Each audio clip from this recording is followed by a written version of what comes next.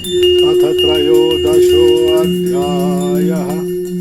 विदुर जी के उपदेश से धृतराष्ट्र और गांधारी का वन में जाना।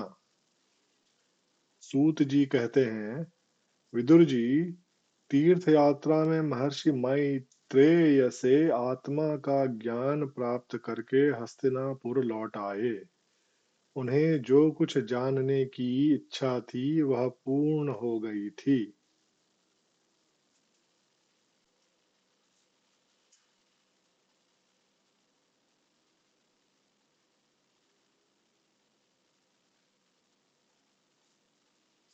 विदुर जी ने मैत्रेय ऋषि से जितने प्रश्न किए थे उनका उत्तर सुनने के पहले ही श्री कृष्ण में अनन्य भक्ति हो जाने के कारण वे उत्तर सुनने से उपराम हो गए।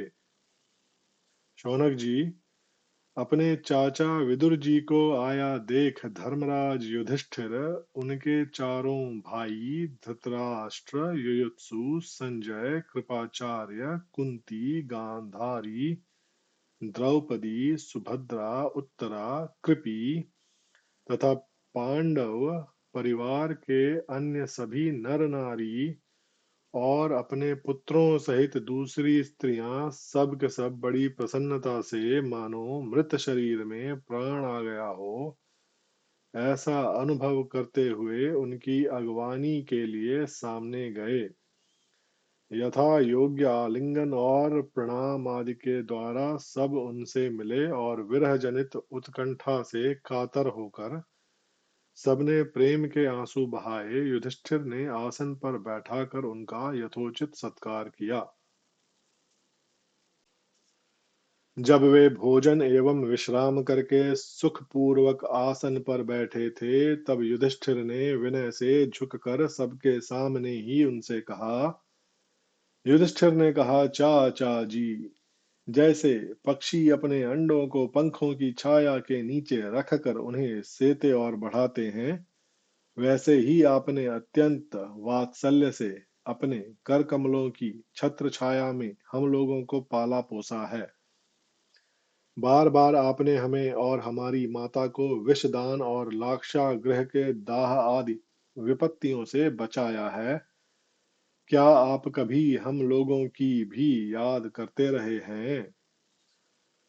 आपने पृथ्वी पर विचरण करते समय किस वृत्ति से जीवन निर्वाह किया? आपने पृथ्वी तल पर किन किन तीर्थों और मुख्य क्षेत्रों का सेवन किया?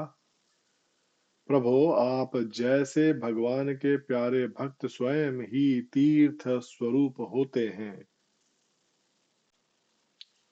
आप लोग अपने हृदय में विराजमान भगवान के द्वारा तीर्थों को भी महातीर्थ बनाते हुए विचरण करते हैं। चाचा जी, आप तीर्थ यात्रा करते हुए द्वारका भी अवश्य ही गए होंगे। वहां हमारे सुहृद एवं भाई बंधु यादव लोग, जिनके एकमात्र आराध्य देव श्री कृष्ण हैं, अपनी नगरी में सुख से तो है ना? आपने यदि जाकर देखा नहीं होगा तो सुना तो अवश्य ही होगा।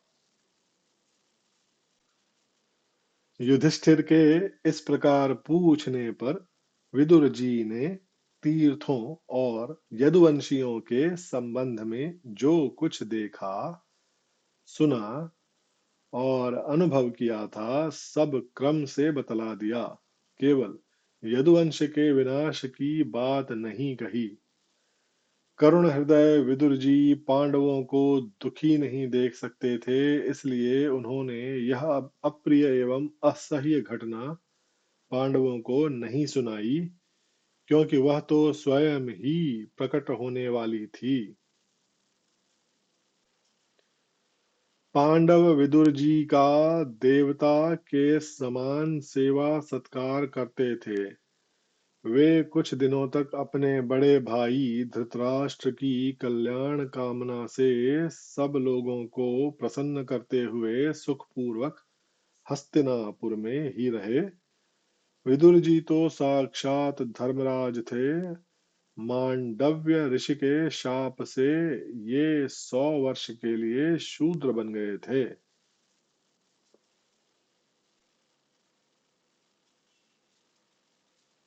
एक समय किसी राजा के अनुचरों ने कुछ चोरों को मांडव्य ऋषि के आश्रम पर पकड़ा।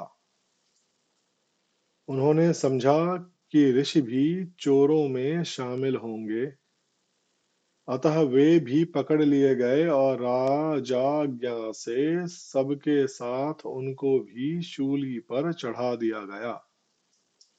राजा को यह पता लगते ही कि ये महात्मा हैं, ऋषि को शूली से उतरवा दिया और हाथ जोड़कर उनसे अपना अपराध क्षमा कराया। मांडव्य जी ने यमराज के पास जाकर पूछा, मुझे किस पाप के फल स्वरूप यह दंड मिला? यमराज ने बताया कि आपने लड़कपन में एक टिड्डी को कुश की नोक से छेद दिया था, इसीलिए ऐसा हुआ। इस पर मुनि ने कहा, मैंने अज्ञानवश ऐसा किया होगा। उस छोटे से अपराध के लिए तुमने मुझे बड़ा कठोर दंड दिया, इसलिए तुम 100 वर्ष तक शूद्र योनि में रहोगे। मांडव्य जी के इस शाप से ही यमराज ने विदुर के रूप में अवतार लिया था।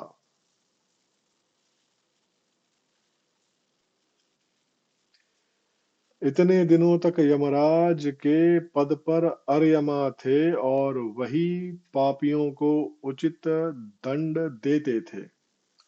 राज्य प्राप्त हो जाने पर अपने लोकपालों सरीखे भाइयों के साथ राजा युधिष्ठिर वंशधर परीक्षित को देखकर अपनी अतुल संपत्ति से आनंदित रहने लगे। इस प्रकार पांडव गृहस्थ के काम धंधों में रम गए और उन्हीं के पीछे एक प्रकार से यह बात भूल गए कि अनजान में ही हमारा जीवन मृत्यु की ओर जा रहा है। अब देखते देखते उनके सामने वह समय आ पहुंचा जिसे कोई टाल नहीं सकता। परंतु विदुर जी ने काल की गति जानकर अपने बड़े भाई धृतराष्ट्र से कहा, महाराज देखिए, अब बड़ा भयंकर समय आ गया है, झटपट यहाँ से निकल चलिए। हम सब लोगों के सिर पर वह सर्व समर्थ काल मंडराने लगा है, जिसके टालने का कहीं भी कोई उपाय नहीं है। काल के वशीभूत होकर जीव का अपने प्रियतम प्राणों से भी बात की बात में वियोग हो जाता है। फिर धन जन आदि दूसरी वस्तुओं की तो बात ही क्या है। आपके चाचा, ताऊ, भाई, सगे संबंधी और पुत्र सभी मारे गए। आपकी उम्र भी ढल चुकी, शरीर बुढ़ापे का शिकार हो गया, आप पराये घर में पड़े हुए हैं। ओह, इस प्राणी को जीवित रहने की कितनी प्रबल इच्छा होती है, इसी के कारण तो आप भीम का दिया हुआ टुकड़ा खाकर कुत्ते का सा जीवन बिता रहे हैं। जिनको आपने आग में जलाने की चेष्टा की, विष देकर मार डालना चाहा, भरी सभा में जिनकी विवाहिता पत्नी को अपमानित किया, जिनकी भूमि और धन छीन लिए, उन्हीं के अन्न से पले हुए प्राणों को रखने में क्या गौरव है। आपके अज्ञान की हद हो गई कि अब भी आप जीना चाहते हैं, परंतु आपके चाहने से क्या होगा। पुराने वस्त्र की तरह बुढ़ापे से गला हुआ आपका शरीर आपके न चाहने पर भी क्षीण हुआ जा रहा है।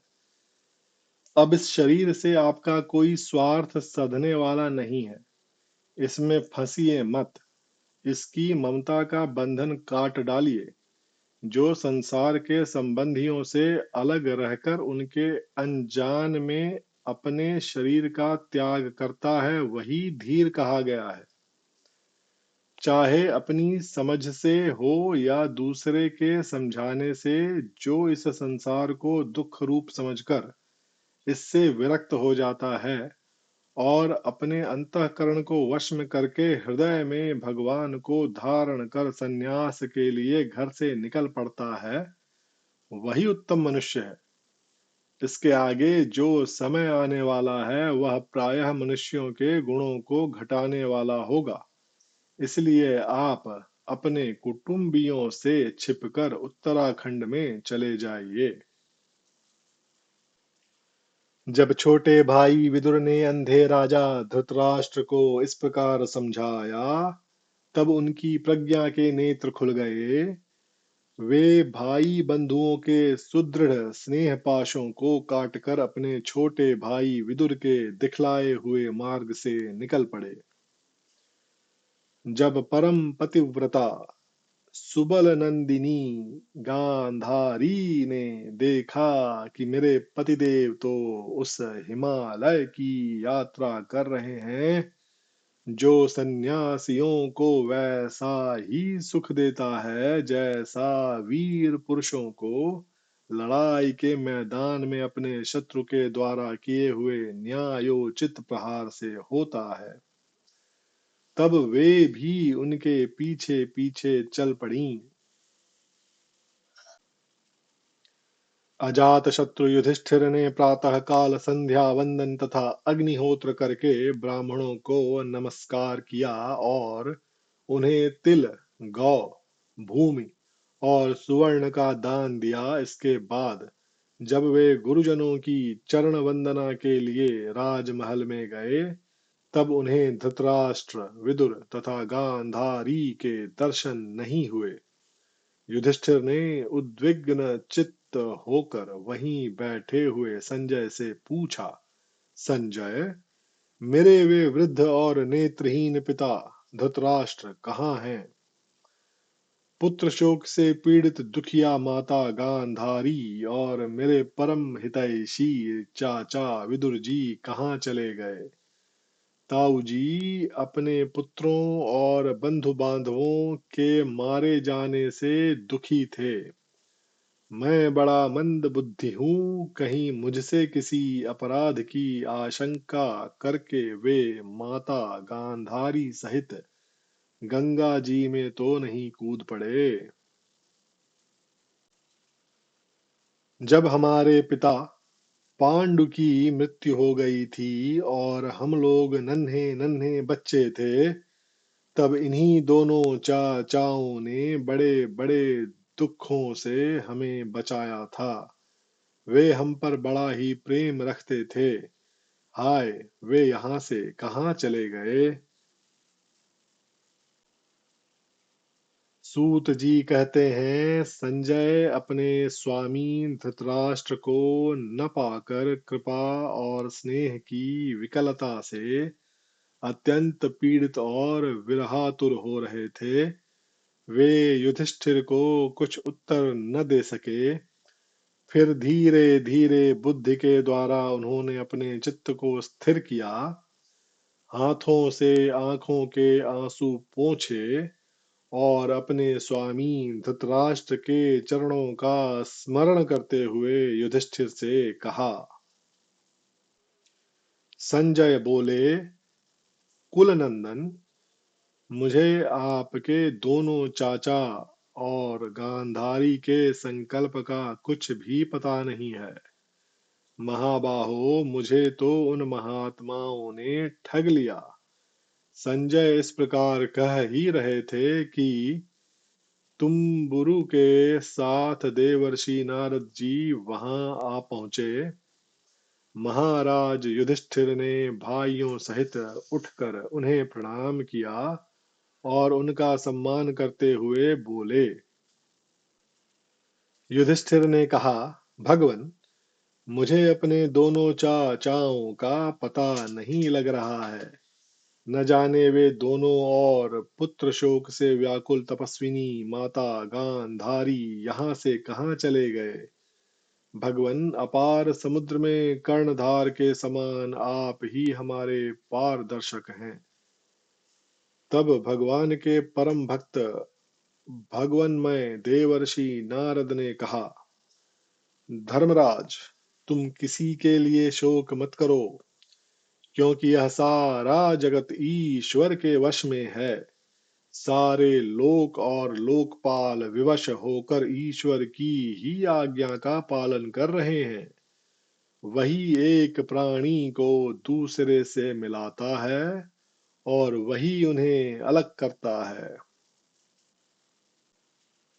जैसे बैल बड़ी रस्सी में बंधे और छोटी रस्सी से नथे रहकर अपने स्वामी का भार ढोते हैं, उसी प्रकार मनुष्य भी वर्णाश्रमादि अनेक प्रकार के नामों से वेद रूप रस्सी में बंधकर ईश्वर की ही आज्ञा का अनुसरण करते हैं। जैसे संसार में खिलाड़ी की इच्छा से ही खिलौनों का संयोग और वियोग होता है, वैसे ही भगवान की इच्छा से ही मनुष्यों का मिलना बिछुड़ना होता है। तुम लोगों को जीव रूप से नित्य मानो, या देह रूप से अनित्य, अथवा जड़ रूप से अनित्य और चेतन रूप से नित्य, अथवा शुद्ध ब्रह्म रूप से नित्य अनित्य कुछ भी न मानो। किसी भी अवस्था में मोहजन्य आसक्ति के अतिरिक्त वे शोक करने योग्य नहीं है। इसलिए धर्मराज, वे दीन दुखी चाची असहाय अवस्था में मेरे बिना कैसे रहेंगे, इस अज्ञान जन्य मन की विकलता को छोड़ दो। यह पांच भौतिक शरीर काल कर्म और गुणों के वश में है। अजगर के मुंह में पड़े हुए पुरुष के समान यह पराधीन शरीर दूसरों की रक्षा ही क्या कर सकता है। हाथ वालों के बिना हाथ वाले, चार पैर वाले पशुओं के बिना पैर वाले तृणादि और उनमें भी बड़े जीवों के छोटे जीव आहार हैं। इस प्रकार एक जीव दूसरे जीव के जीवन का कारण हो रहा है।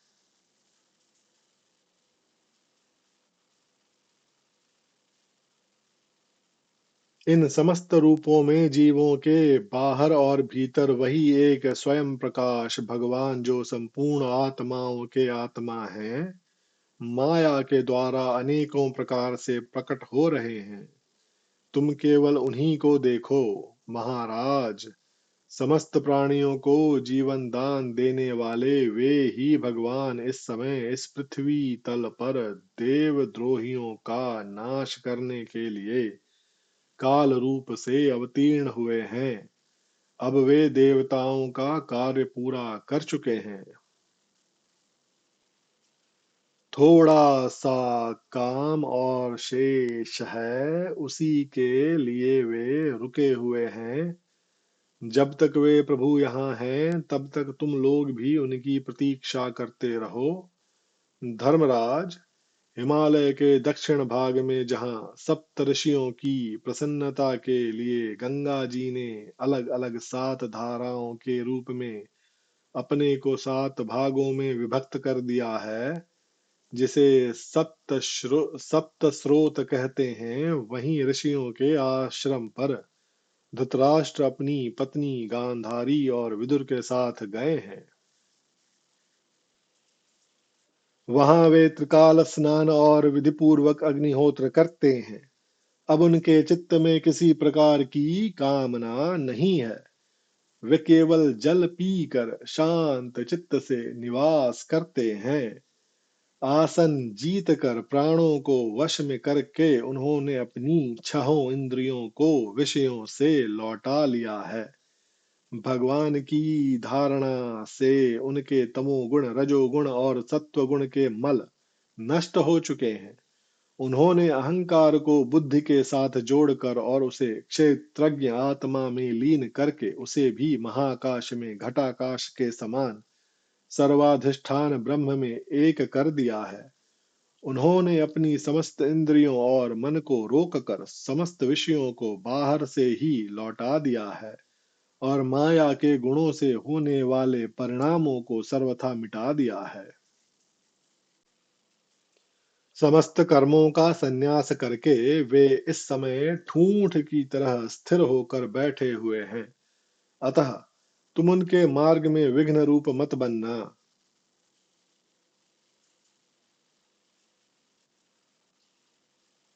देवर्षि नारद जी त्रिकालदर्शी हैं। वे धृतराष्ट्र के भविष्य जीवन को वर्तमान की भांति प्रत्यक्ष देखते हुए उसी रूप में वर्णन कर रहे हैं। धृतराष्ट्र पिछली रात को ही हस्तिनापुर से गए हैं, अतः यह वर्णन भविष्य का ही समझना चाहिए। धर्मराज, आज से 5वें दिन वे अपने शरीर का परित्याग कर देंगे और वह जलकर भस्म हो जाएगा। गार्हपत्यादि अग्नियों के द्वारा पर्णकुटी के साथ अपने पति के मृतदेह को जलते देखकर बाहर खड़ी हुई साध्वी गांधारी भी पति का अनुगमन करती हुई उसी आग में प्रवेश कर जाएंगी। धर्मराज, विदुर जी अपने भाई का आश्चर्यमय मोक्ष देखकर हर्षित और वियोग देखकर दुखित होते हुए वहां से तीर्थ सेवन के लिए चले जाएंगे। देवर्षि नारद यों कहकर तंबुरु के साथ स्वर्ग को चले गए। धर्मराज युधिष्ठिर ने उनके उपदेशों को हृदय में धारण करके शोक को त्याग दिया।